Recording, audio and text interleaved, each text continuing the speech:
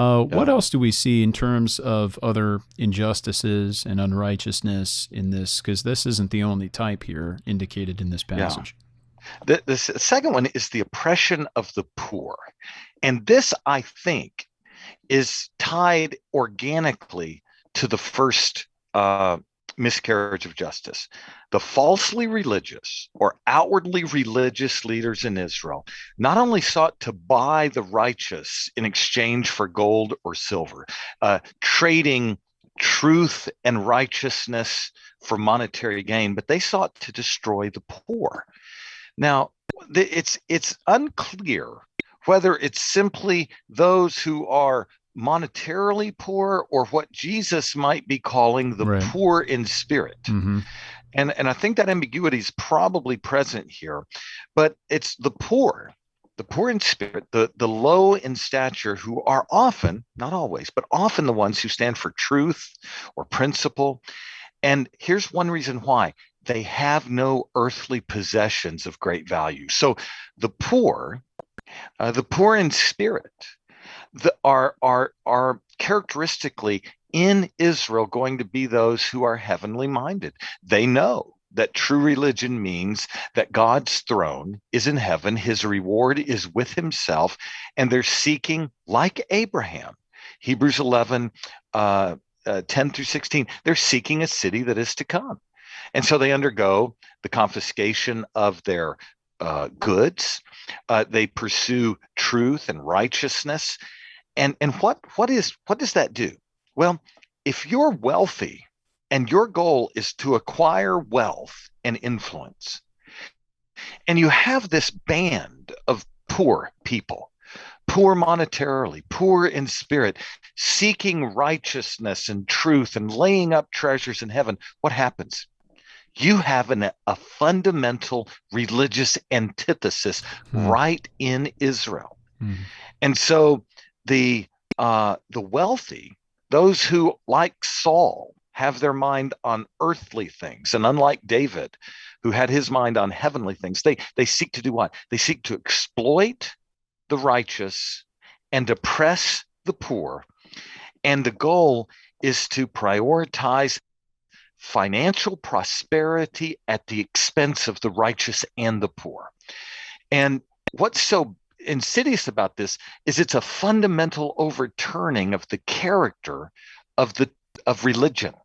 The poor here are sold for a pair of sandals, dehumanized and exploited like a worthless pair of worn out sandals. So here's what's happening: it's not just collective national sin abstractly.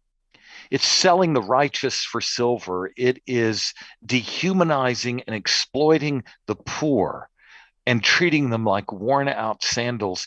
For these things, you see, the wrath of God is coming. The punishment of God is coming upon Israel because Israel is looking now like a microcosm of the world. Sure.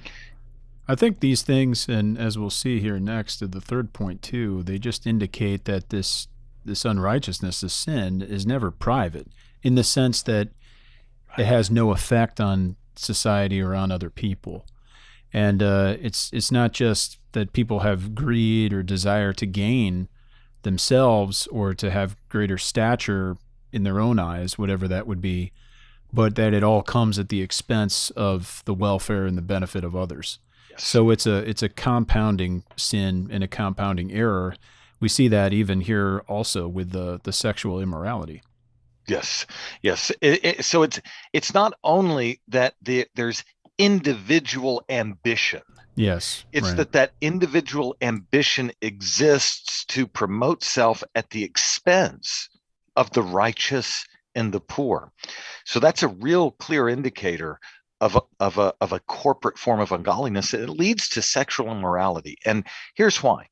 Not only are the religious leaders in Israel exploiting the poor, persecuting the righteous, but they are guilty of profane acts of immorality, a sexual immorality in particular. And here's a maxim that I think arises from this text. Sexual immorality goes right along with the quest for wealth and influence at the expense of others. How are the righteous and the poor being treated? Like objects to promote self.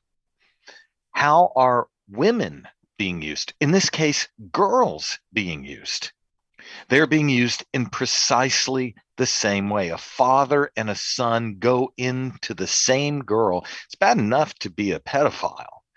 It's grotesque and debauched, to be sure.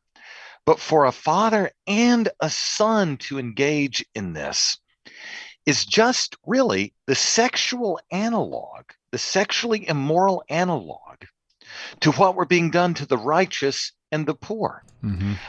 Using a girl for sinful, wicked, debauched, so-called pleasure mirrors the way the righteous are sold for silver, the poor oppressed for the price of sandals. And so the abuse of the righteous and the poor extended itself, if you could put it that way, to girls, to those who are exploited for sinful and perverse so-called pleasure.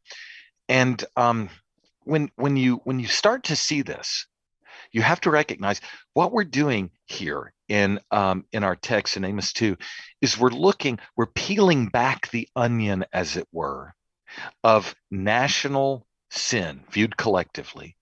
And we're looking at the cross sections of it. And what you start to see is that it's not, as you said, Camden, it's not just private selfish ambition that doesn't extend its tentacles into the social and cultural and ecclesial realm, because those are integrated in Israel. For sure. But it's something that is most clearly seen in the destruction of those things that are precious in the sight of God.